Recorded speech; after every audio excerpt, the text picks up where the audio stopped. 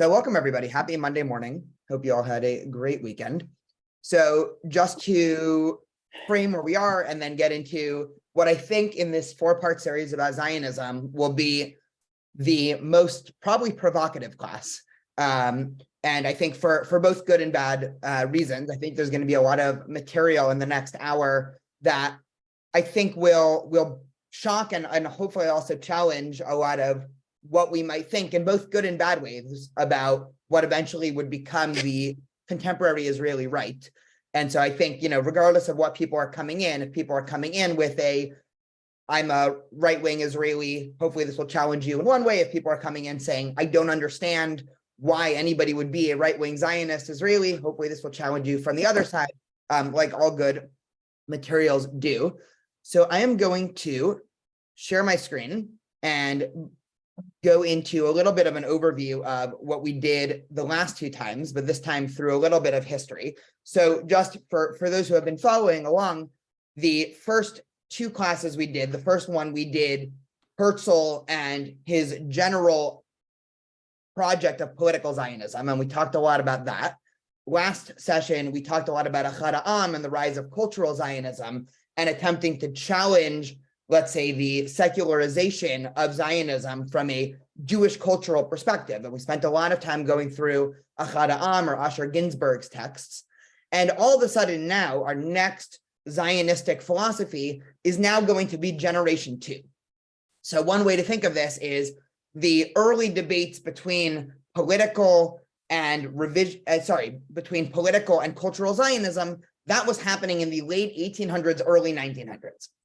All of a sudden, where we're going to start off today in terms of our next ideology is really the 1920s, post-World War I. But just to fill in about 2 minutes, because I really don't want to focus on history, I really want to focus a lot more about philosophy and ideology, because I think that is more generally interesting. Between 1881 and 1914, we saw a series of aliyot. An aliyah in Hebrew just means, it literally means going up, but in the context of Israel and Zionism, it means going up and living in the land of Israel.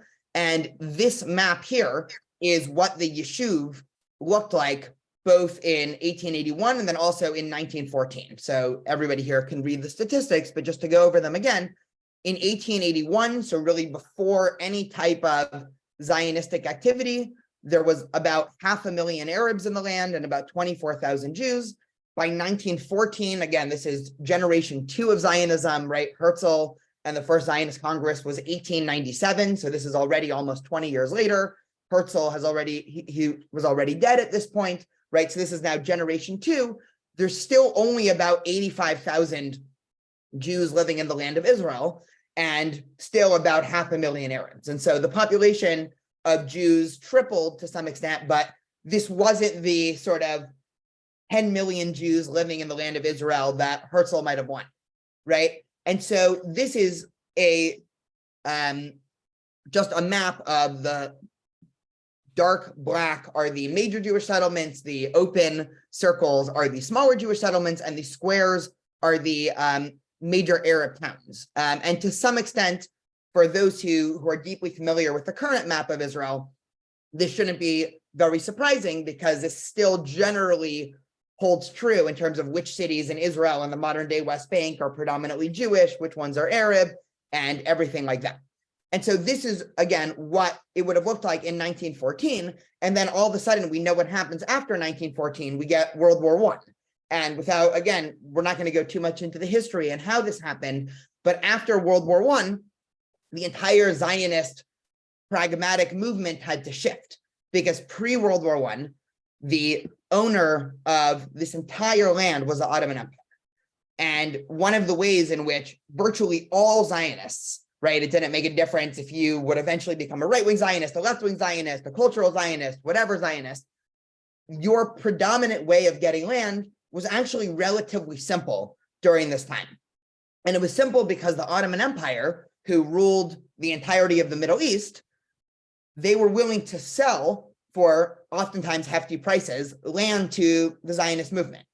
And so the way in which the early Zionist movement obtained most of the land for these kibbutzim or yeshuvim or settlements, whatever word we want to use, was through purchasing.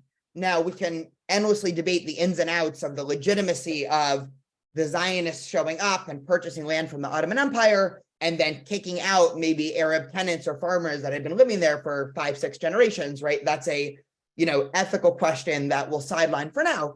But all this is to say, it was fairly simple what needed to happen pre-World War I, because as long as the Ottoman Empire was continuously willing to sell land to the Zionist project, everybody was in agreement, right? I'm sure you had some small disagreements about exactly what should happen and where you should settle and all of that, but there was a unidirection of what needs to happen, right? We need to raise more money, right? A lot of the early Zionists became fundraisers. They would show up to New York and other places where a lot of wealthy Jews lived, and they would try to raise money for the purchasing of land. And American Jews, right, not much has changed in 100 years, who maybe themselves didn't want to bear the difficult journey of moving to the land of Israel and showing up on a kibbutz and draining a swamp, they were all too happy to write a check, even knowing that they would probably never themselves end up or maybe even visit Israel. All of a sudden, of course, this changes. And once World War I hits, we now start to get the beginning of a new dichotomy. And today's topic is mostly going to be about revisionist Zionism. But before we go to revisionist Zionism, I wanted to highlight what at this point the dominant stream of Zionism was. And so for those who remember, 2 times ago, we talked a lot about Herzl and political Zionism, and labor Zionism, which we'll talk about in a second, can almost be seen as the natural outgrowth from Herzl Zionism.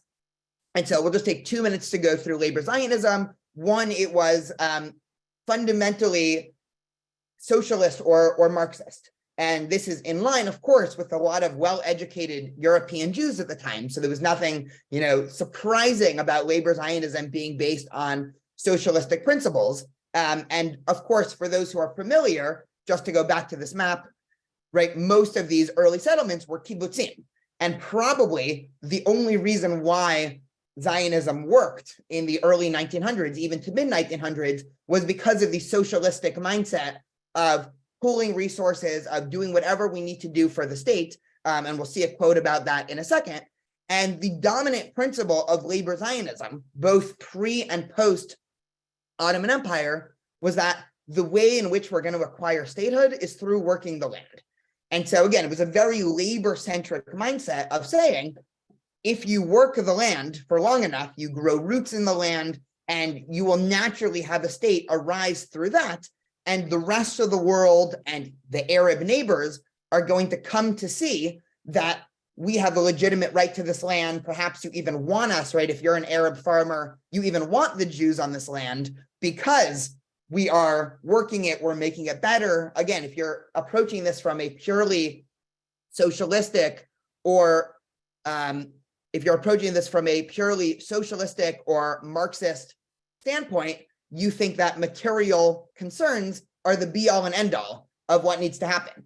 And so in line with that thinking, if you are a Marxist Zionist, you might think, okay, you show up to the land of Israel, right? And I'm calling it land of Israel, not state of Israel, right? To distinguish, right? This is pre-statehood, but you show up to the land of Israel, you build some nice hospitals, you build the train station, you better material conditions for everybody. And of course, the Arabs that are living there are going to, ipso facto, because of that, welcome you with open arms. And so this is, again, the dominant mindset of labor Zionism. Again, we can, talk about what they were correct about, what they were wrong about, what they might have been naive about, all of that. I think someone just told me that the Facebook feed cut. Madalena, I don't know if you're here and you could restream it. Seems to be a fun recurring Facebook issue. All right, give me 2 seconds. If anyone has any questions on this while I try to figure out this Facebook streaming situation, let me know. Or you know what, we can just go, and I think this is recorded elsewhere. Okay.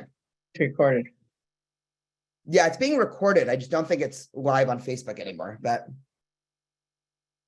either way, we can Hi, Daniel. Yes, it's live. It's live. Okay, perfect. No, according to Josh. Wonderful. Okay, I see it. Okay, perfect. So in line again with labor Zionist principles, once the British took over, they were extremely happy to work with the British.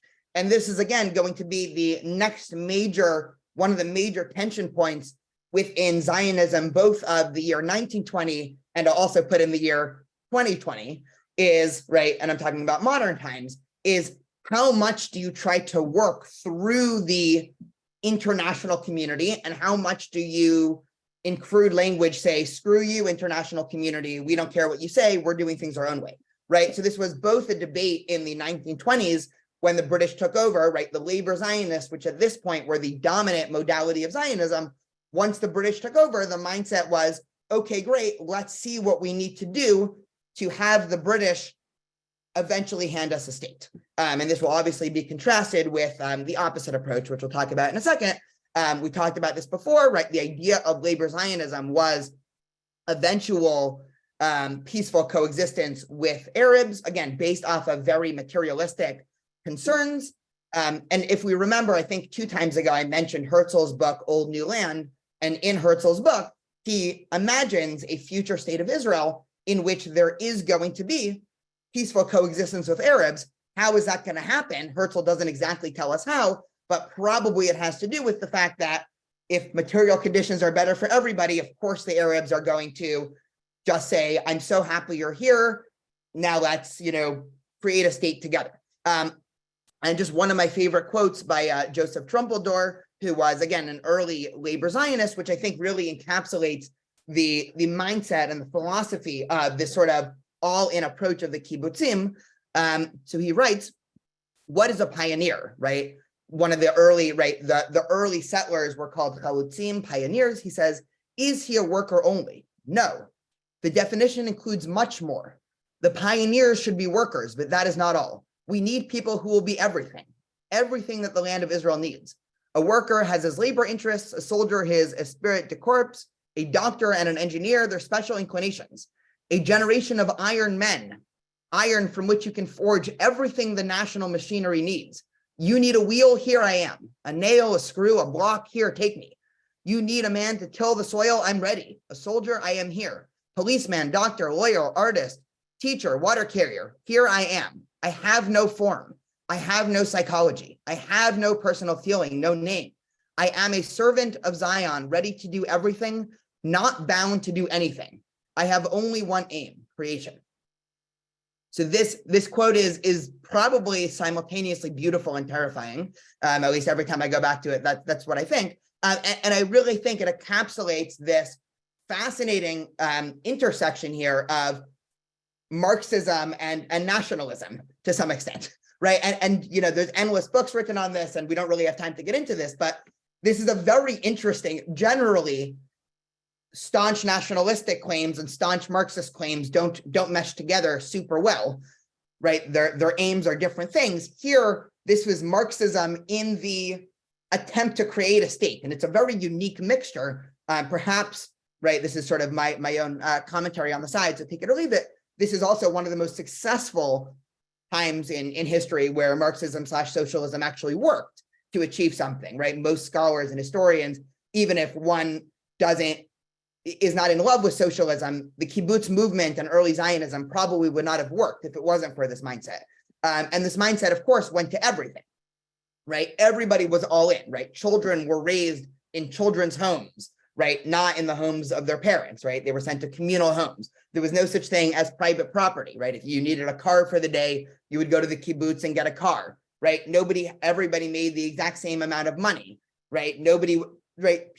Really pure socialistic type living. And this was, again, if we just go back to this map before, this was, again, the dominant philosophy, the labor Zionism that really created this map that we see here. And of course, just before we finish labor Zionism, right, some famous labor Zionists who I would guess everybody here has heard of, right?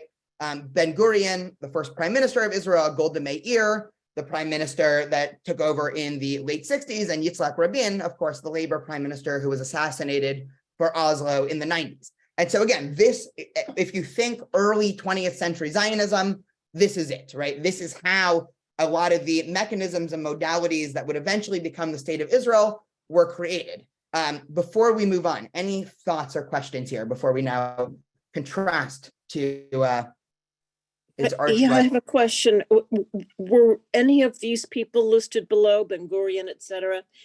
Was anyone running the country, or each kibbutz was running itself and independent of all the other parts? Yeah, it's a great question. So a mixture of both. So there was a huge labor union, and also the Histadrut, right? That was also in control of a lot of things. There was, right? So everything that we're talking about right now, I mean, I did something a little unfair, so I'll criticize myself for a second. These are all characters. Well, I mean, they obviously were alive before the state was founded, but once the state was founded, a lot of the control switched, right? So everything we're talking about today is presumably before 1948. So there was a spirit of decentralization anyway. There was still a lot of pre-governmental government institutions, if that makes sense, right? One of the things in which Zionism was especially successful at is actually creating the framework and institution for a government before there was actually a government to use any of it. And so this is true both in terms of labor unions, in terms of the economy, in terms of the precursor to the IDF, the Haganah. And so the answer is a little bit of both. There was a spirit of sort of every kibbutz does whatever, but there was also a spirit of, if the head of the labor union or if the head of the JNF or something like that says, you know, this is what we need to do, there was a push in that direction. But it was a little bit of a Wild West in terms of exactly where to go and where to plant new kibbutzim and all of that. So there definitely was a lot of freedom that every individual kibbutz had and everything like that. But it is a great question. Thank you. Okay, so into this situation, right? We now begin to see a new philosophy start to formulate, and this philosophy becomes known as Revisionist Zionism. And sort of like last time, I really want to spend 10-15 minutes tackling the foundational text of Revisionist Zionism, because it's all good and well if I put some bullet points on a slide, but in order to really understand, I think, the philosophy of Vladimir Jabotinsky, who was the founder of Revisionist Zionism, we really have to dive into his foundational text, which includes a scathing rebuke of labor Zionism. But just before we go there, a little bit of an introduction into Revisionist Zionism. So one, just in terms of the pragmatic goal of Revisionist Zionism, and it was founded by, again, the Russian-born Zev Jabotinsky. The reason why I just called him Vladimir Jabotinsky is, like a lot of good Zionists, he changed his name early in his life from Vladimir, right, again, a very Russian-sounding name, to Zev, which means wolf in Hebrew, right, a very strong-sounding Hebraic name, which we discussed 2 times ago was very common in early Zionism, changing your name from something diasporic to something Hebraic. So one of the main fundamental difference, just that's obvious, so you have to throw it out there, is that Revisionist Zionism from the outset was interested in what's known as Greater Israel. And that's encapsulated in this map over here. And one of the ways to think about this debate is that political Zionism and or labor Zionism's main focus was just on achieving statehood. And again, we discussed this with Herzl, why the main focus was just statehood. Herzl was even willing to consider other options, right? For those who don't know what I'm talking about, see the first class. And then, of course, Achad Am argues about what exactly that state should look like. But Achad Am was also on the same page as, I'm not yet thinking in terms of geography. Zev Jabotinsky and Revisionist Zionism came on, and they imagined, based off of Jewish history, right? So there is some basis to this map. This is, if you take all parts of Jewish history, especially throughout the Tanakh, and you come up with what the maximal borders was that Jews have ever owned throughout biblical history in terms of the surrounding area of Israel, this is the map that you get, which obviously, right, Israel is this tiny sliver in the middle here. So this is, 25, 30 times the size of what Israel even is now. And so this is obviously, right, we can endlessly debate how pragmatic this was, how non-pragmatic this was. Again, this is before, just important to throw out there, this is before a lot of the surrounding nation states were founded. So this map of Greater Israel was come up with before the modern nation state of Jordan, right? So there was a time right after the British took over, the British obviously created the British Mandate Palestine, and that was on both banks of the Jordan. And so while today this map looks absolutely insane, right, in terms of anybody who would still advocate for Israel looking like this, which maybe there are a handful of people, but even anybody on the Israeli right who's approaching this with some attempts of normalcy, right? Nobody actually wants this map anymore or thinks it's going to happen. But in the early 1900s, this was a lot more of a theoretical possibility in terms of this map overlaid on a lot of modern nation states. And so Zev Jabotinsky was, from the outset, he spent a lot of time growing up, right? Like a lot of Russian Jews in the late 1800s, early 1900s, he experienced a lot of anti-Semitism. And early on, he started to crystallize his philosophy that the only way to protect Jews is not just through statehood, but is through weaponry or military might. And this is going to, again, be one of the major debates that's going to take place between labor and revisionism, is the use of military force. And the reason why I said that, to some extent, I think everybody here hopefully will be made a little bit uncomfortable, is while the traditional story, I would say, of Zionism is that labor Zionism eventually molded into the state, and revisionist Zionism was sort of there along for the ride, but never really took control until maybe the 70s. Really, I think the history is a lot more complicated than that, and probably without revisionist Zionism and the philosophy of revisionist Zionism, there might never have been a state of Israel, which is, we can get into that in about 20 minutes once we understand it a little bit better. But Zev Jabotinsky, he founded a group called the Zion Mule Corps, and that was a group that fought alongside Britain in World War I against the Ottoman Empire. And so you can already just sort of get a sense for who he was, right? Thinking that we need to be where the action is happening, and Jews, and especially Zionists, need to fight and enter into military exchanges, especially when it's going to help us. And he also, by the way, I don't think I have this in the notes here, but one of the things in which Zev Jabotinsky is credited with is in the early 1930s to mid 1930s, warning the Jews of Poland that they're in grave danger. And he was basically laughed out of the room repeatedly. And again, obviously the Holocaust starting in the late 30s, he was there 4 or 5 years earlier, begging people to move to the land of Israel and to join the Zionist movement. And there was actually hit pieces you can still read, a lot of times written by, again, well-assimilated secular Jews in Poland, basically laughing him out of the room. And so he's a very complicated figure. Just one quote about him that I think, again, continues off of what we were talking about 2 times ago, about the Zionist attempt to create the new Jew. He takes this even a little bit further. So just to read this, I really like this quote, because you can see that he intermingles a lot of biblical and Talmudic phrases into his writing, which again, compared to political Zionism and labor Zionism that didn't want much to do with Jewish tradition and Jewish history, revisionist Zionism attempted to go back to an earlier stage of Jewish history, right? For anybody who opens up the Tanakh or the Hebrew Bible, there's a lot more stories about war than when you open up most other pieces of Jewish literature. And so another way to think of this is, you can read all 2,000 whatever pages of Talmud, and you get maybe a tiny discussion here and there about warfare. If you open up the Hebrew Bible, half of it is battles and wars and things like that. And so again, if you are attempting to establish a state, especially if you're attempting to establish a state based off of the doctrine that you need military and might, you're going to draw from that, and you're going to attempt to have a revisionist view towards Jewish history. But just to read this quote here. So he says, "To imagine what a true Hebrew is, to picture in our minds, we have no example from which to draw. We must use the method of ipcha mistabra," right? Which is one of the terms that the Talmud uses whenever it can't prove a point. So it attempts to prove a point from imagining the opposite.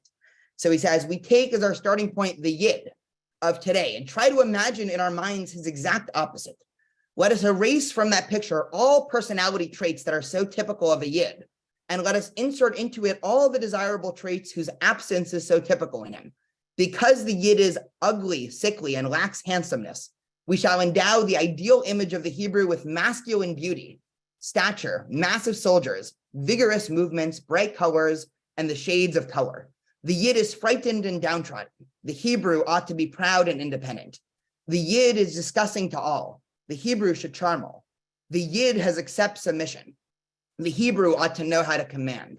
The Yid likes to hide with bated breath from the eyes of strangers.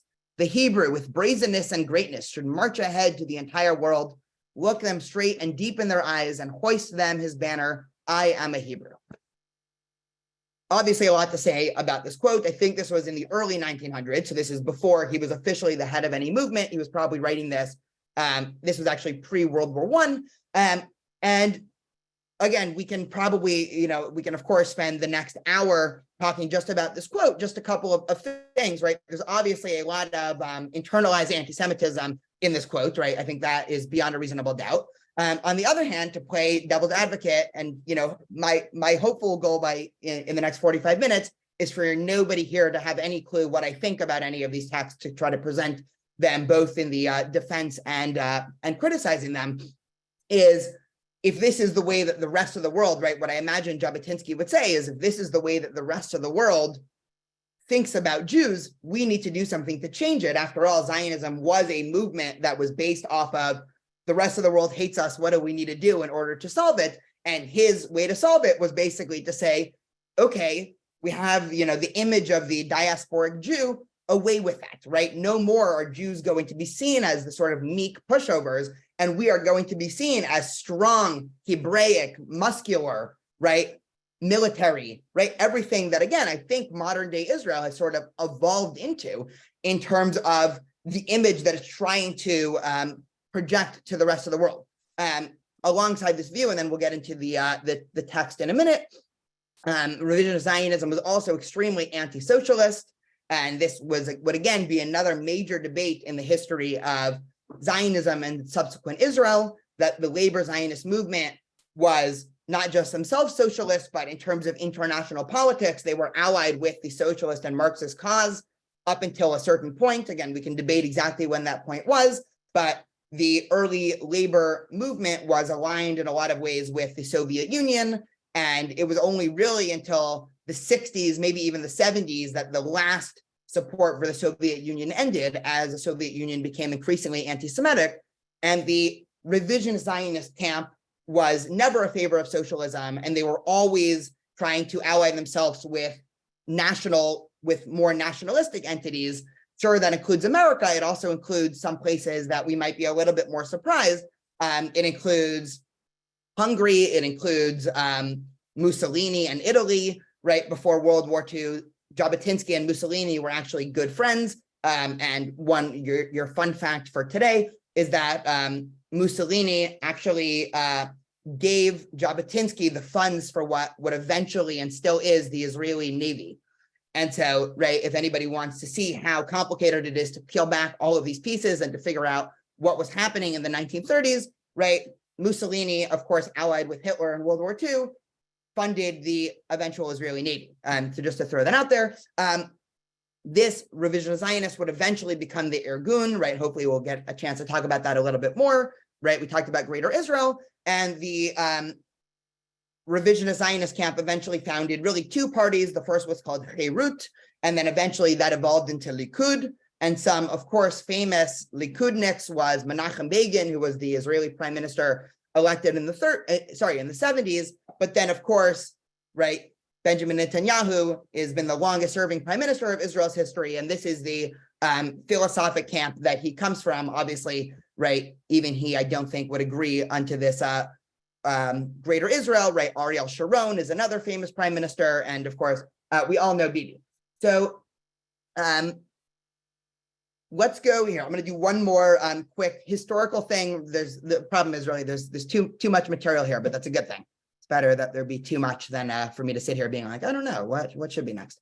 Okay, so just to continue along the history a little bit, and we're not going to go through all of this, is that once the British Mandate was formed, right, you can have a nice map of the British Mandate here, It was formed in 1920, and it was a time now, and you can see this population graph over here, that right when the British Mandate formed, there was a lot of immigration, both by Jews and by Arabs.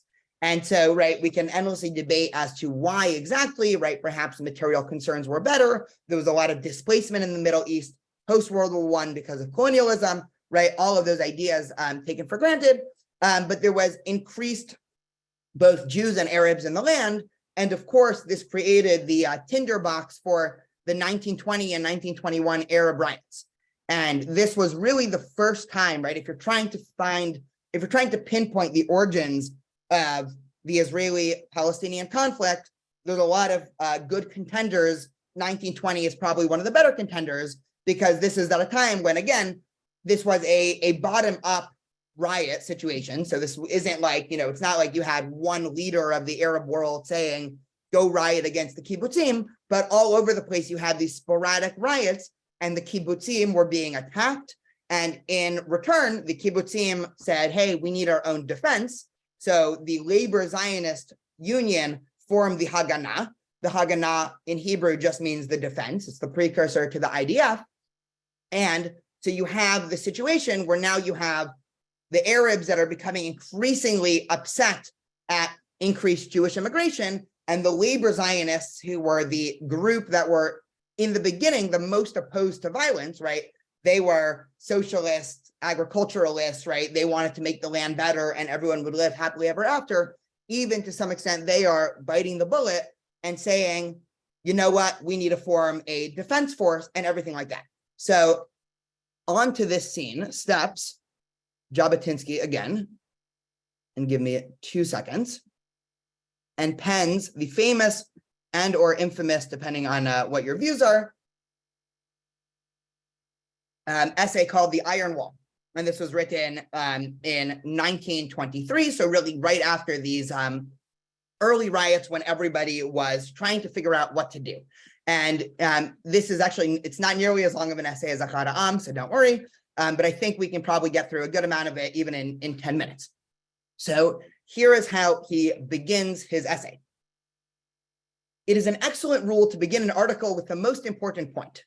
But this time I find it necessary to begin with an introduction, and moreover with a personal introduction. I am reputed to be an enemy of the Arabs who wants to have them ejected from Palestine and so forth. It is not true. Emotionally, my attitude to the Arabs is the same as to all other nations, polite indifference. Politically, my attitude is determined by 2 principles. First of all, I consider it utterly impossible to eject the Arabs from Palestine. There will always be 2 nations in Palestine, which is good enough for me, provided the Jews become the majority. And secondly, I belong to the group that once drew up the Helsingfors program, the program of national rights for all nationalities living in the same states. In drawing up that program, we had in mind not only the Jews, but all nations everywhere, and its basis is equality of rights. I am prepared to take an oath binding ourselves and our descendants that we shall never do anything contrary to the principle of equal rights, and that we shall never try to eject anyone. This seems to me a fairly peaceful credo. But it is another question whether it is always possible to realize a peaceful aim by peaceful means.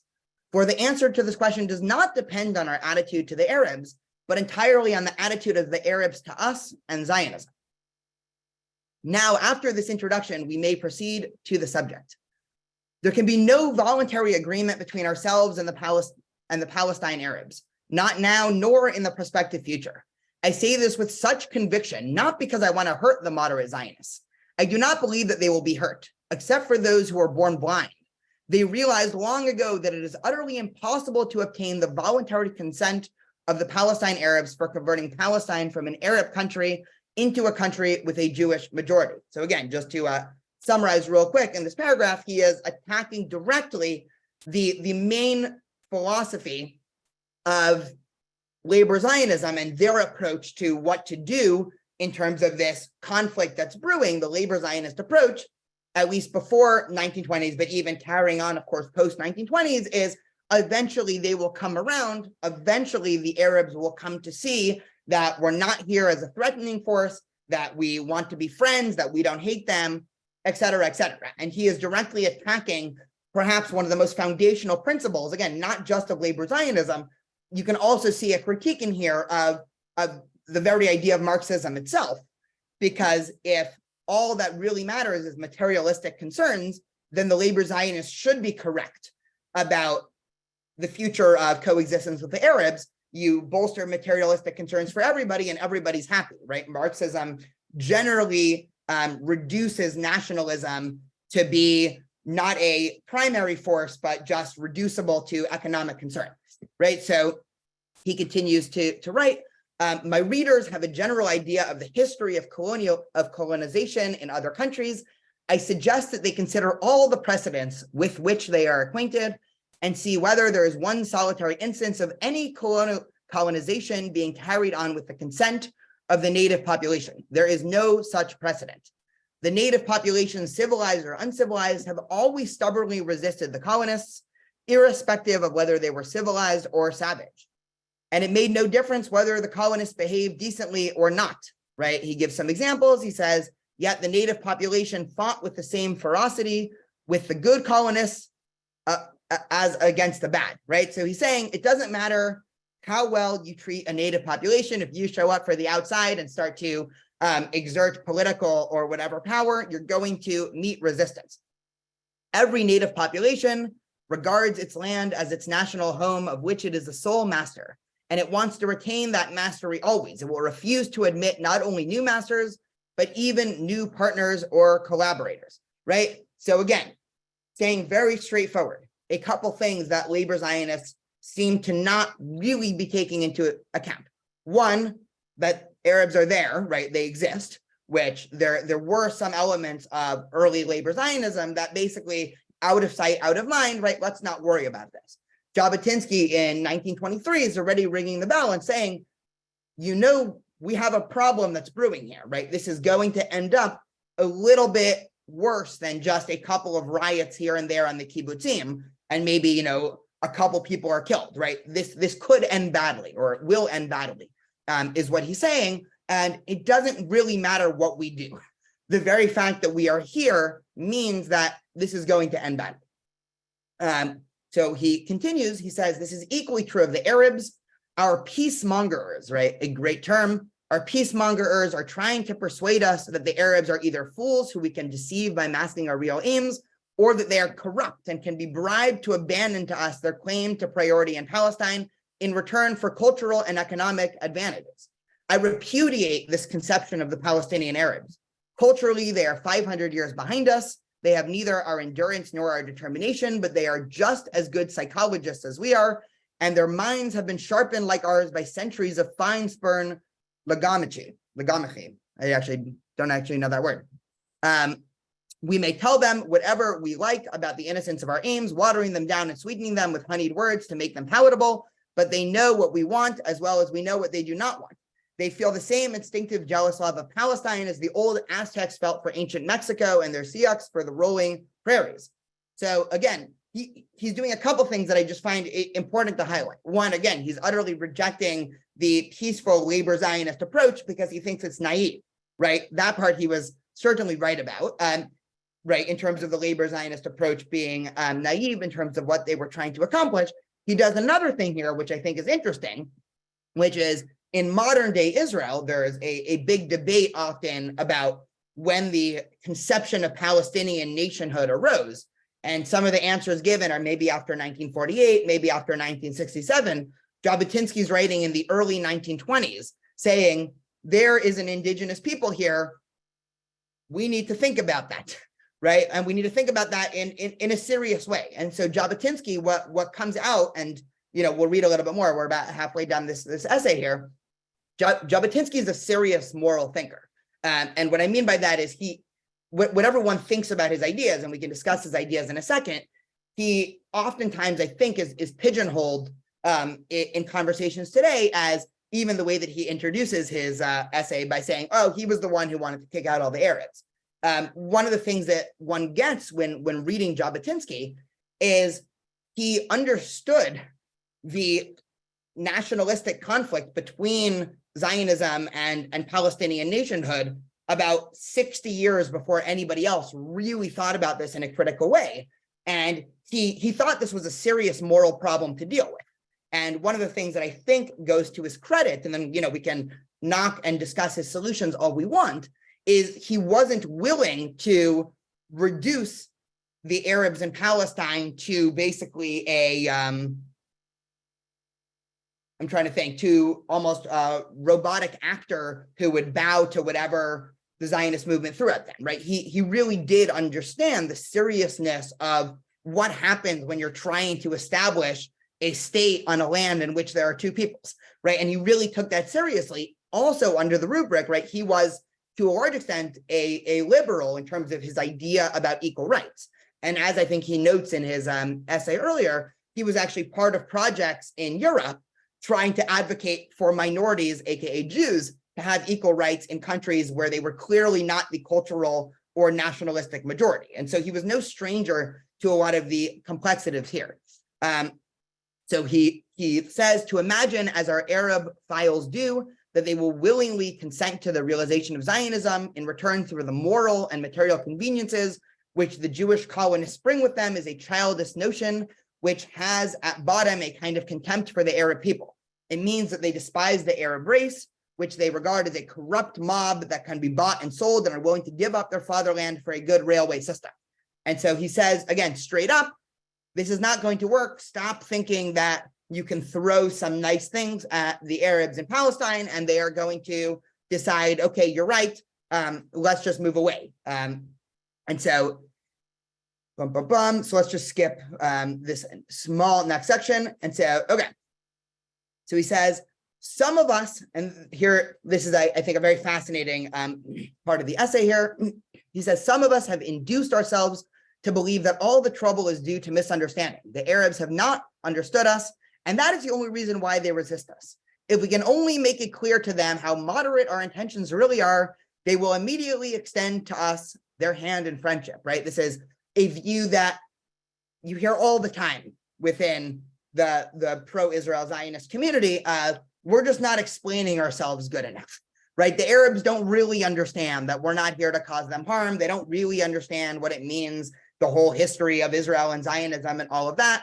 He says, this belief is utterly unfounded and it has been exploded again and again. I shall recall one instance of many. A few years ago, when the late Mr. Soklow was on one of his periodic visits to Palestine, he addressed a meeting on this very question of the misunderstanding. He demonstrated lucidly and convincingly that the Arabs are terribly mistaken if they think that we have any desire to deprive them of their possessions or to drive them out of their country, or that we want to oppress them. We do not even ask for a Jewish government to hold the mandate of the League of Nations. One of the Arab papers, El Carmel, replied at the time in an editorial article, the purport of which was this: the Zionists are making a fuss about nothing. There is no misunderstanding. All that Mr. Soklow says about the Zionist intention is true, but the Arabs know that without him. Of course, the Zionists cannot now be thinking of driving the Arabs out of the country or oppressing them, nor do they contemplate a Jewish government. Quite obviously, they are now concerned with the one thing only, that the Arabs should not hinder their immigration. The Zionists assure us that even immigration will be regulated strictly according to the economic needs of Palestine. The Arabs have never doubted that. It is a truism, for otherwise there can be no immigration. This Arab editor was actually willing to agree that Palestine has a very large potential absorption capacity, meaning that there is room for a great many Jews in the country without displacing a single Arab. There is only one thing the Zionists want, and that is the one thing the Zionists don't want. For that is the way by which Jews would gradually become the majority, and then a Jewish government would follow automatically. And the future of the Arab minority would depend on the goodwill of the Jews. And a minority status is not a good thing, as the Jews themselves are never tired of pointing out. So there is no misunderstanding. The Zionists want only one thing, Jewish immigration, and this Jewish immigration is what the Arabs do not want. So he says, at the root of this conflict, there's no misunderstanding. It's very black and white, according to Jabotinsky. The way to fulfill the Zionist project is more Jews in this land, and the one thing the Arabs do not want is more Jews in this land, right? So he's, again, reducing the conflict, right?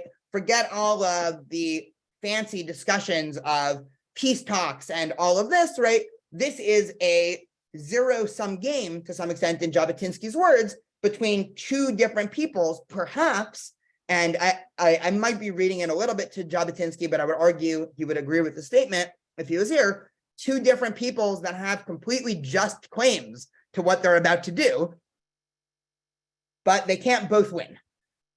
So he says, the statement of the position by the Arab editor is so logical, so obvious, so indisputable that everyone ought to know it by heart.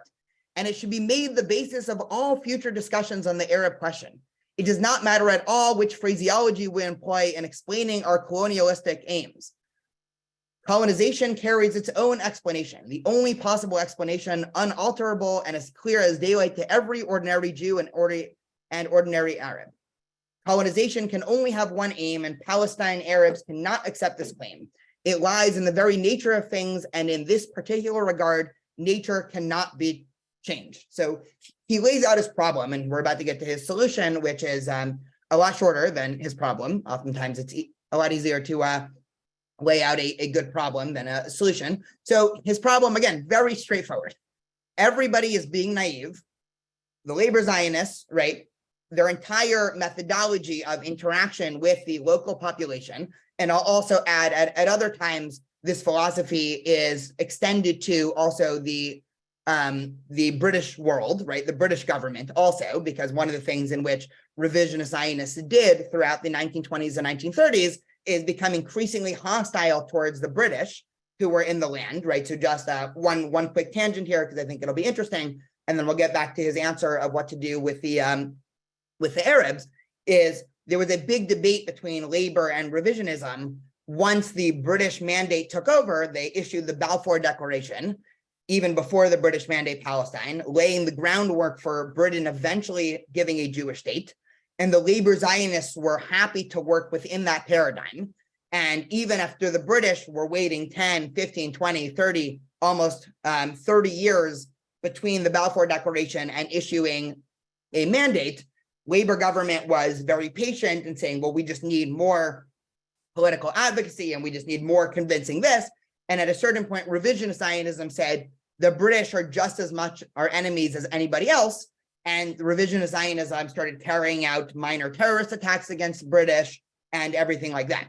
And so again, this philosophy is not just the Zionists versus Palestinians. This is also very much his philosophy in general, again, reducible to a doctrine about the importance and centrality of military power.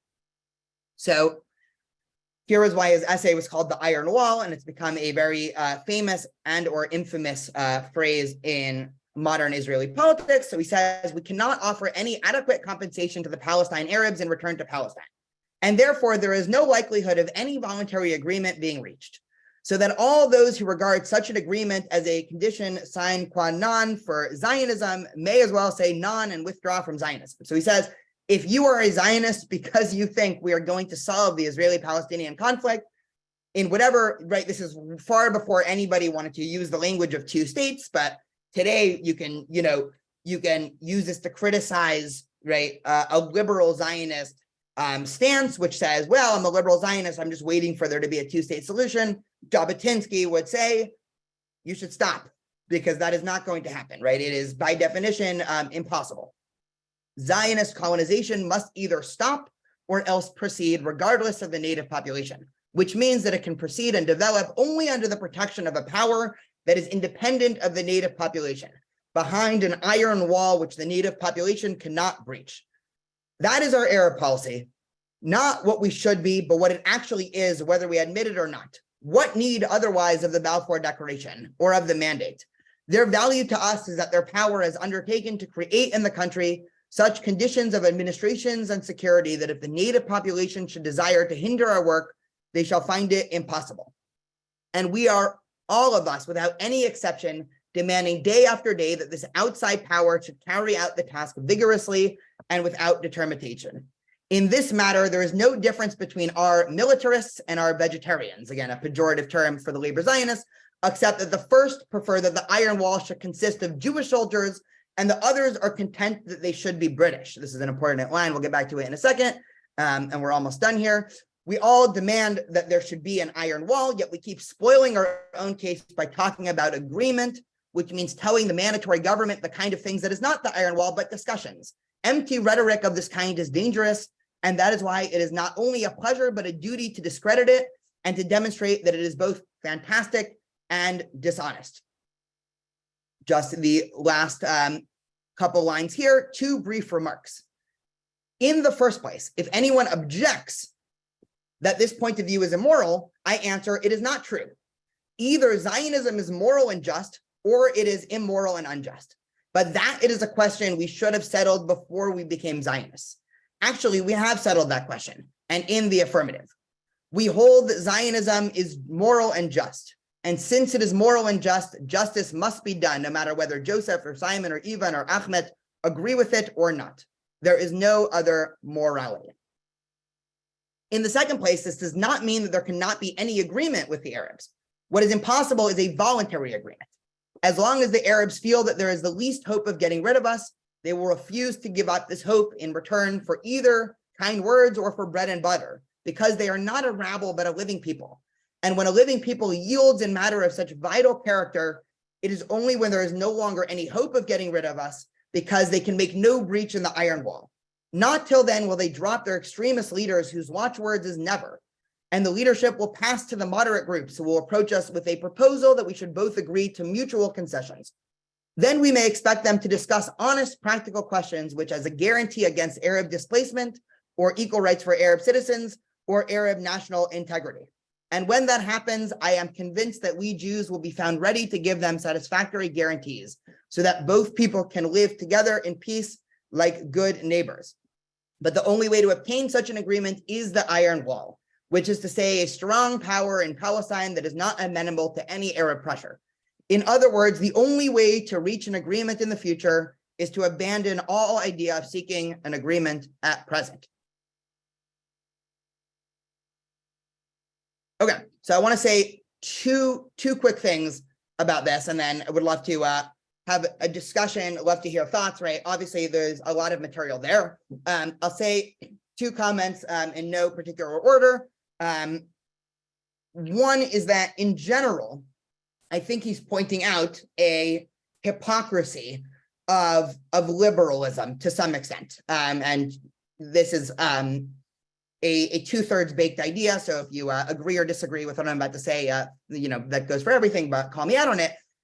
I think one of the things that he's trying to argue, and this can even hold true for, let's say, liberals living in America today, is that a lot of times we have empty platitudes and words about peace and all of these nice terms, but really we're just hiring other people to do the dirty work behind us.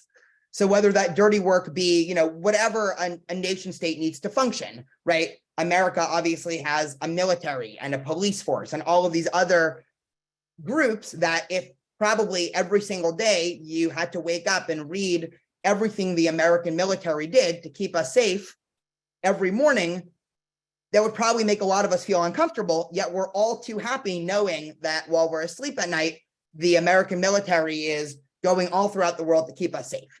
And so he's pointing out in terms of the liberal Zionists, he's saying if you actually look at what they're doing, they agree with us. They're just they're just content with the British doing it, right? At this point, the British were the ones keeping calm in the area. And he's saying, okay, great, liberal Zionists, they're saying they want peace and no war and let's just, agriculture and work the land.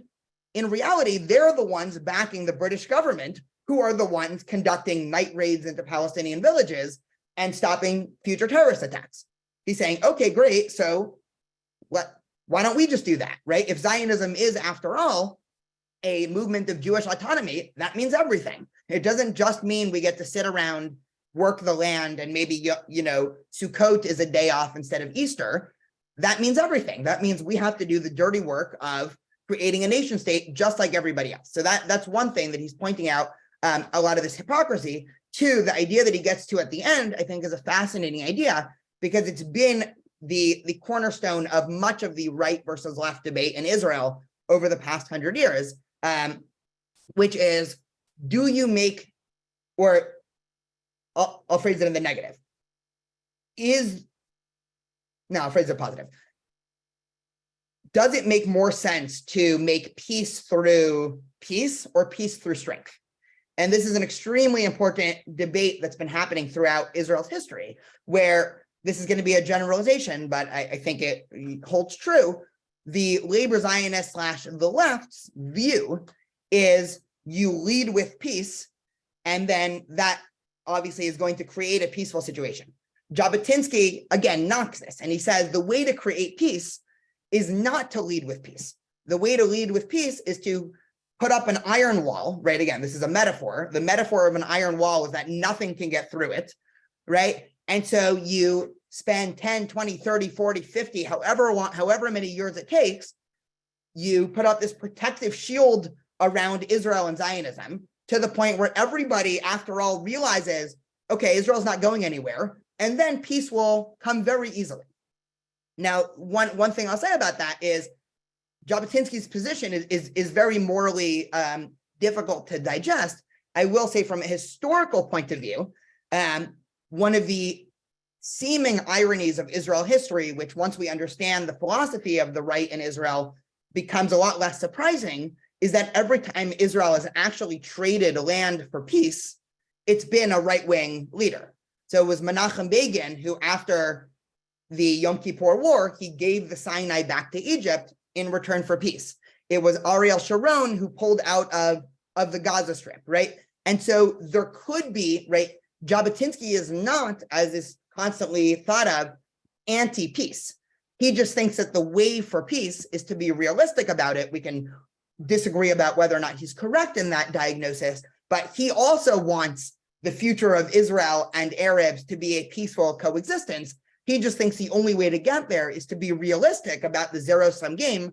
We have to win the zero-sum game, and only after will there be a type of peace that comes out of that. Okay, would love to hear any thoughts, questions, comments, criticisms, anything like that. And I see somebody wrote a comment that his paper has an internal contradiction. Number one, Jews must be opposed to negotiations with Arab neighbors and ruthless. And two, Howard, what is number two?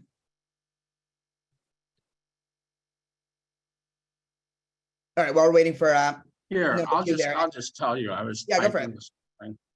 Two is during the time of this ruthless iron wall, there's going to inevitably be destruction, large-scale destruction of Palestinian Arab property, and killing people and expelling them, or taking over property and so forth, to make room for the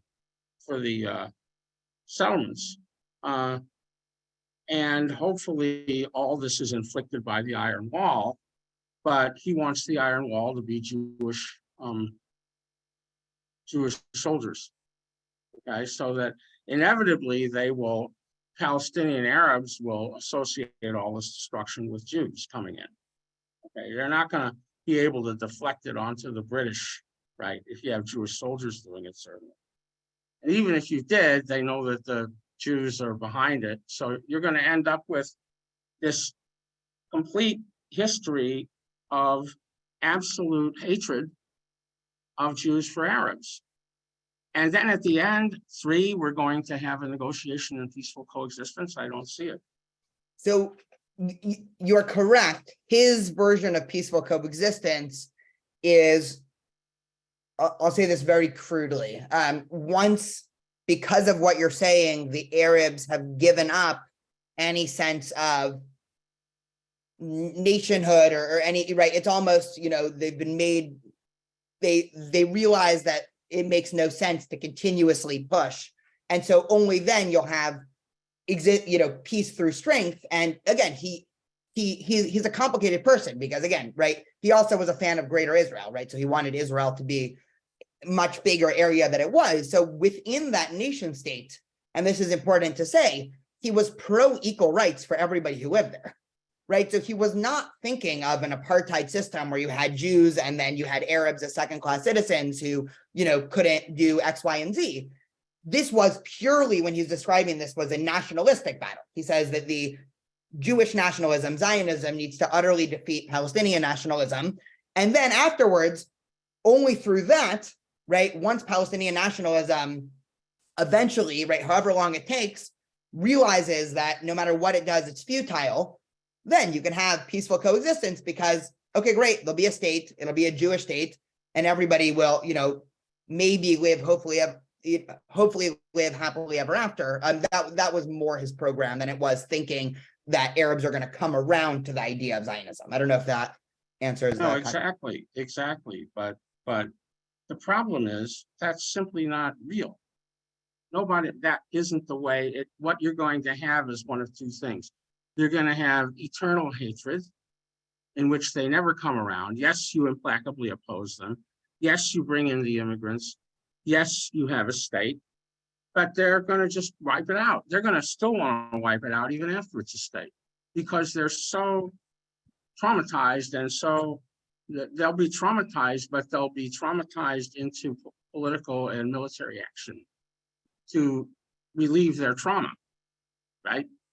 What Jabotinsky's arguing is the other alternative, which is, in effect, they'll be so traumatized that they'll be helpless. They'll be hopeless. They'll be so depressed. They'll be so demoralized that they will accept. They will basically accept any guarantees. What did I just do? Yeah, no, you're entirely right, and I think that's a very reasonable critique. Like I don't. I mean, again, I don't want to share any of my personal views, but I think in terms of attacking Jabotinsky, that's exactly the right critique. I mean, that's exactly what you can imagine the labor Zionists saying back to him is that you're just going to exacerbate an endless conflict that's never going to end, right? To some extent, successful. Yeah. Or if you're successful, you'll end up with Arabs being second-class citizens because the temptation to treat them that way will be so obvious because they will be so demoralized that they will accept any denigration that you do. Yeah, and so, yeah, you're right. It'll be easy for them to negotiate with them once they're completely shattered and have no other choice. But yeah, is no, that you're entirely right, and his whole philosophy rests on the premise that he even says this at the outset: the ends justify the means. Right. Meaning he's saying, given that, right, his argument is as follows: given that Zionism is moral and just, and again, he's taking that as an assumption, right? Obviously, people can agree or disagree with that claim, but given that Zionism is moral and just, and given that the only way to actually make Zionism work is to acknowledge the obvious fact that there's another people here that are not going to go away if we throw some nice hospitals and railroads at them, then the only thing that we can do is be much stronger than them, right? And win this conflict. And then afterwards, right, almost peace. I don't think, Howard, his main philosophy is getting towards peace. I think he just says that at the end, and again, I think he believes it, but I think that's almost an afterthought. I think for him, it's, we need to do whatever we can to achieve Zionism. The labor Zionists are being wholly unrealistic and about what it takes. This is what it's really going to take. Take it or leave it. I want to go. Sylvia, did you have? Yeah, thanks. Yeah, I agree with all that. But I also think that he sounds to me like he really understood the tenets of colonialism and what you do to colonize a people or a country, because that's what he's saying. I think he might have learned it from the Brits, and that's why they didn't like them so much, because that's what the Brits are doing, but he wanted to do the same thing, but he didn't want to say it. That's another good way. Yeah. Yeah, again, he's totally, this is, right, Jabotinsky is interesting because he gets quoted a lot, right? The two people who are most likely to talk about Jabotinsky are hardline right-wingers in Israel, right? People who vote for Bibi and Likud, and people who want to discredit Zionism and, staunch anti-Zionists because they say, see, this is what Zionism is. Zionism's colonialism, right? So you're right. And he was, again, there's a couple ways to think about this, right? He totally was borrowing from the playbook of European colonialism. So was labor Zionism to a point as well. Again, people are not able to be fully detached from the societies that they're in. And so this was the framework to, there was only one framework in Europe in the 1900s for showing up to a new place, setting up shop, and creating governmental institutions. And so it's not surprising that he uses the word, the framework of colonialism. I would say, again, if he was going to defend himself, he would say the methods that we used were colonialistic methods, but the original intent of the entire thing was not a colonialistic intent. In other words, right, I mean, this is beyond obvious, but obviously much of European colonialism was to go out, pillage, plunder, and enrich a mother country. This was not that at all. This was the way in which Jabotinsky, and I would argue, right, virtually any Zionist would frame what they were doing, and the way in which Zionists today frame what Israel is this is a return to an ancient homeland, and the return is just being helped by the methods of colonialism. And so I think that's where the difference is, and that's where both, I mean, again, I'll share a little bit of my own frustration, because I have so many conversations on campus and around the world about, like, is Zionism colonialism? And to some extent it's the wrong question, because let's say it is, so what, right? Like, I don't mean to say that flippantly, but like, either, right, the exact methods that were used, I mean, this is one of the points that Jabotinsky makes also that maybe I agree with, is that there are times, especially when you're dealing with nationhood and nationalities, that a lot of times, even if we don't want to admit it, our philosophy is that the ends justify the means.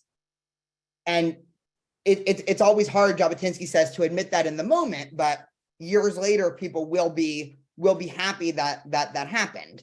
And so again, he puts a very realist view of Zion, right? It's very hard to be a Zionist who doesn't think critically about what Zionism is doing once you read Jabotinsky, because the labor Zionists very much sugarcoat everything that's happening, and they try to portray, everything here is, fine and dandy and great, and for some reason, even though there are such nice farms everywhere, this radical Arab, population doesn't like us, so they attack us. So, oh no, we need to, come up with a little army, and oh my God, they're attacking us more, so now we need our army to be bigger. And then, that's one view. Jabotinsky is saying, no, that's not the way that the world works to some extent, right? If you want Zionism, you need to do all of the dirty work of Zionism. You can decide, right? This is Jabotinsky talking, not me. You can decide the whole thing is immoral, and so then great, pull out, right? He would probably even say it's a more honest position to not be a Zionist than to be a Zionist and not think that this is inevitable. Now, we can disagree with the premise of that, but Jabotinsky would probably say, at least if somebody is an anti-Zionist on philosophic grounds, at least they're being internally consistent. But for Jabotinsky, in writing in 1923, it doesn't make sense to both be a Zionist and also be squeamish when it comes to the militarizing dirty work of Zionism. Much the same way that, one could argue, it's hard to be a proud American without, being a fan of everything the American military. I mean, it's a harder comparison to make. But yeah, I totally agree, Sylvia. Any other thoughts here?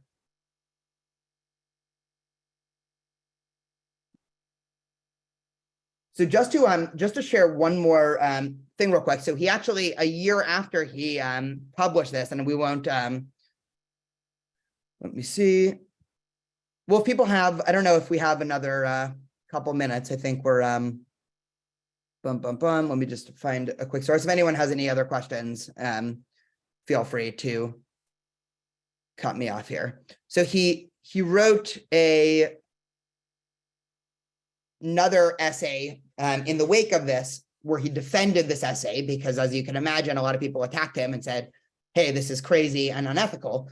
So a couple months later, he wrote an essay called The Ethics of the Iron Wall.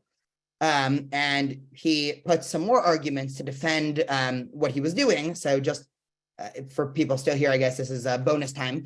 So I can share the larger essay in a minute, but he writes towards the end, he says as follows. He says, let us consider for a moment the point of view of those to whom this seems immoral. We shall trace the root of the evil to this, that we are seeking to colonize a country against the wishes of its population, in other words, by force. Everything else that is undesirable grows out of this root with axiomatic inevitability. What then is to be done? The simplest way out would be to look for another country to colonize, like Uganda. But if we look more closely into the matter, we shall find that the same evil exists there too. Uganda also has a native population which consciously or unconsciously, as in every other instance of history, will resist the coming of the colonizers.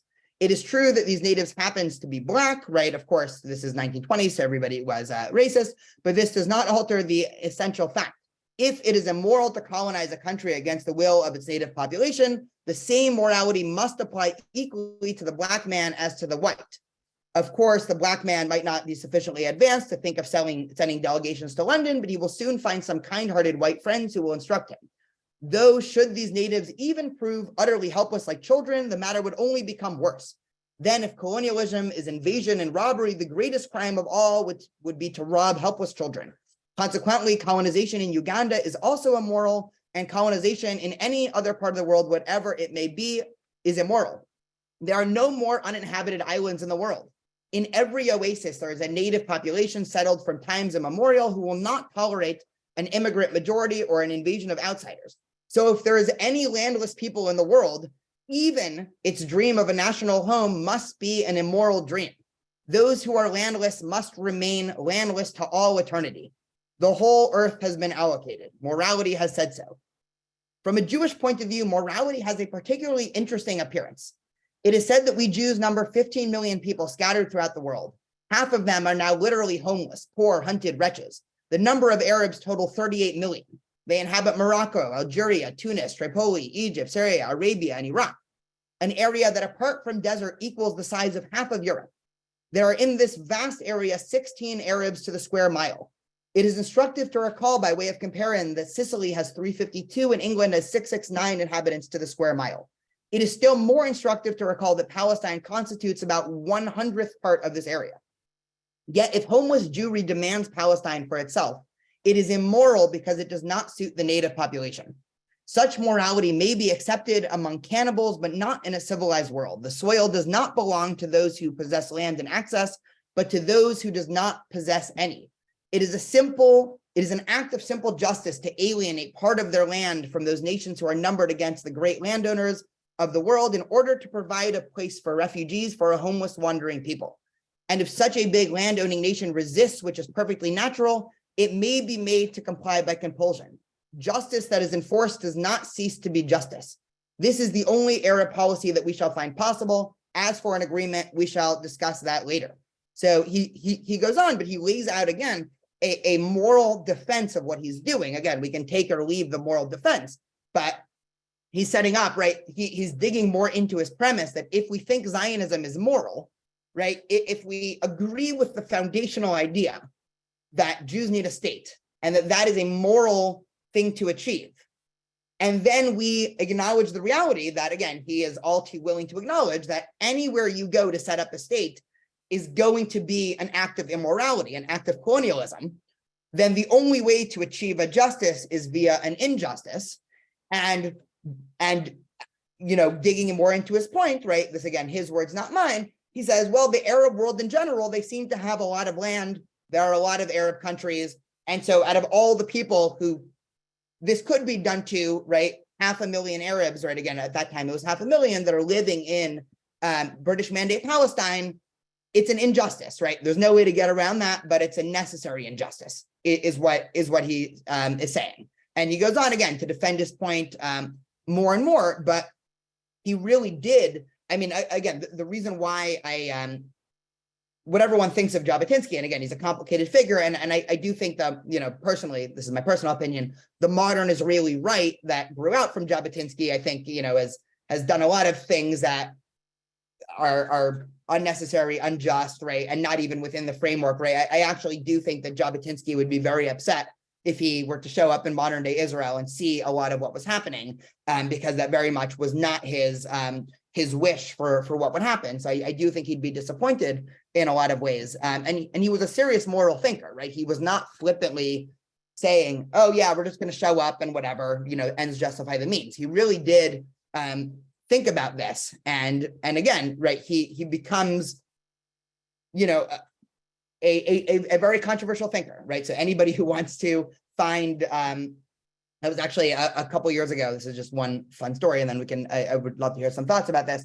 I was invited onto a podcast to have a debate, Zionism versus anti-Zionism. So I was defending the Zionist side, and the opponent, right, did something very smart. He came up with, he brought a series of quotes from early revisionist Zionists about the Arabs, and he's like, says this, it says this, and it was a very clever way to sort of put me on defense. It ended up being a great conversation, but to some extent, this is, I mean, in one view of Zionism, and this is the current right versus left debate. In one view of Zionism, Zionism is the liberal labor Zionism, and these right-wing revisionists every once in a while come and rile things up and cause trouble. In another way of Zionism, the revisionist Zionists and the right is what is actually being realistic about the situation and worrying about military and, worrying about threats, and the left is off in la la land, right?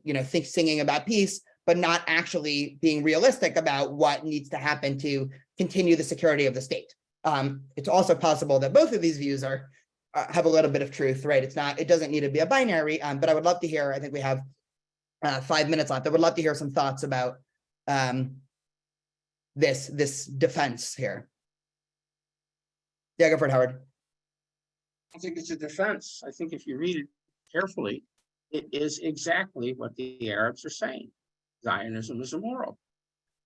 It's just that it's not immoral to Jews.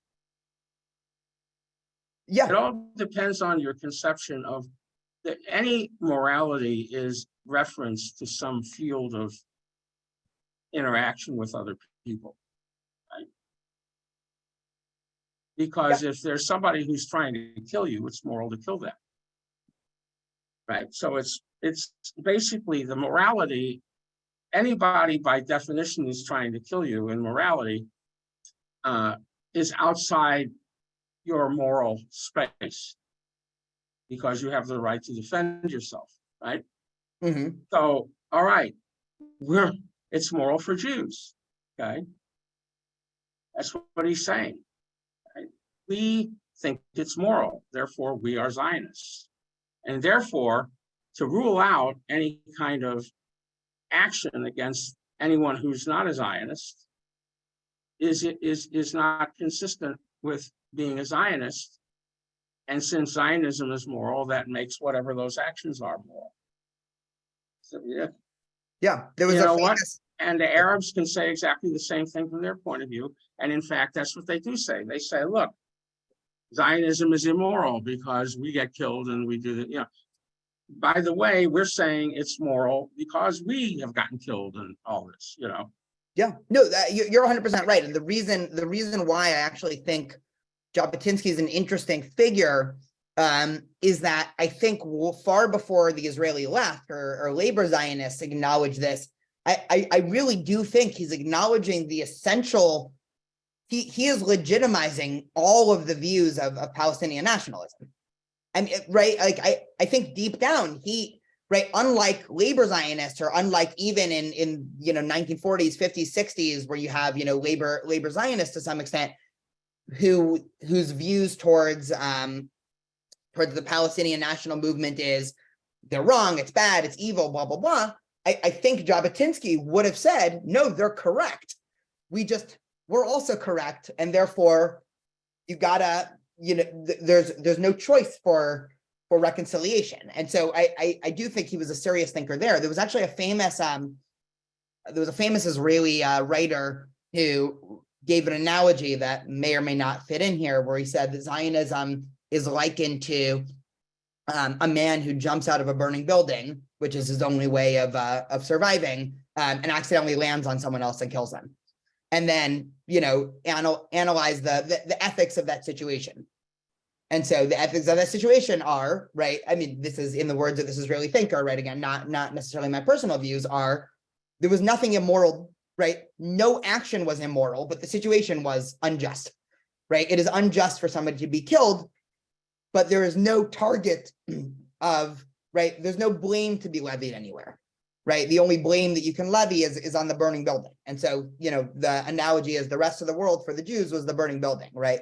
And for Jabotinsky's point, there's no future for Jews without Zionism, right? We can agree or disagree about that claim all we want, right? I don't know what the current state of Judaism in the world would be if it wasn't for Israel. I mean, it's very hard to know, right? In terms of what would have happened post World War II and Holocaust, and post, Jews probably anyway would have been expelled from the Arab world, right? In the 40s and 50s and 60s, right? Like, would America just become the only place, North America, the only place that Jews lived? Would America, treat Jews badly? Is Achad Am right? Would Jews just assimilate within 1 or 2 generations? But it presents again, all of your points taken for granted. It's a very, it portrays Zionism in a much more morally tricky light than I think a lot of people like to think about it. But Jabotinsky sort of like forces this view through. Any other thoughts or anything like that in the next few minutes here? For those interested in Jabotinsky's writings, he wrote a lot, so you can and any Google search, you will get more of his writings. Go for it, Sylvia. But in fact, the state of Israel didn't come back until 1948, and during World War II, the British, who owned it, or the British protectorate, if you like, kept refusing to let Jews in there, even though in face of the white paper. So yeah, I mean, it's a very interesting question about what would have happened if we didn't get into Palestine when we did, and how the results of World War II influenced the Brits. Yeah, and even before that, just to make this even more complicated, because what fun would it be if it was simple? The reason why Israel was right, the British signed the Balfour Declaration, and then over the 20s and 30s continuously did actions that highlighted the fact that they didn't actually really want a Jewish state, right? There's a lot of international politics and economics involved, but they were increasingly passing white papers, as you said, and limiting immigration. And eventually, right, we know what happens. Eventually, Britain handed it off to the UN once things were getting bad for them. But the reason why things were getting bad for the British was because as a result of the white papers, the Haganah, labor Zionist militia, their approach was, play nice, we need to get our diplomats in Europe trying to convince British leaders to let more immigration in. At the same time, the revisionist Zionists came up with their own militia. It was called the Irgun. The Irgun was founded with a direct purpose to attack British. And so you had now British governmental encampments, right? The most infamous was the bombing of the King David Hotel, where I think 150 or so, right? I haven't looked up the number in a while, British families, women, children were killed in an act of terrorism by the Irgun. As a result of that, right? If it wasn't for the Irgun, right, this terrorist militia, maybe the British don't leave until far later, right? Maybe they never, right? So things get complicated. Maddie, go for it. Yeah. One, I just think Jabotinsky is like a super clever writer in his like response in the ethics of peace, using like the language of the labor Zionist party, like, or I don't know if party is the right word, but like talking about soil and roots, because it made it like a lot easier to make parallels and connections there. But also I don't know if this is a question or a comment yet. But the focus on like national self-determinism, we read the essays really fast, but he's arguing that this will exist for both sides, right? Like Palestinians will also have increased national self-determinism as well as Jews, correct? No. Like yes and no. He's saying that will naturally happen, but he's saying that we have to stop that from happening, right? Like that's the point. He does two things that the labor Zionists don't do. He legitimizes Palestinian nationalistic claims, and then he says we cannot entertain it even 1%, right? The labor Zionists would say we cannot entertain Palestinian nationalist claims but we'll entertain it 20%, right? I'm just making up some statistics here, but like he was very much we cannot give any concessions because he didn't believe there was anything to give concessions for. For him, it is a zero-sum game. For him, all of the conflict can reduce, at least at this point, to if more Jews move here, Zionism will win. If fewer Jews move here, Zionism will lose. And so all the other questions were questions that would only be determined by demographics, which to some extent he was correct at later on. That is, the whole debate in the 30s became about immigration. But I don't know if that answers the question. No, it does. Sorry, I was trying to scroll and see where I could find it if anyone else wants to talk.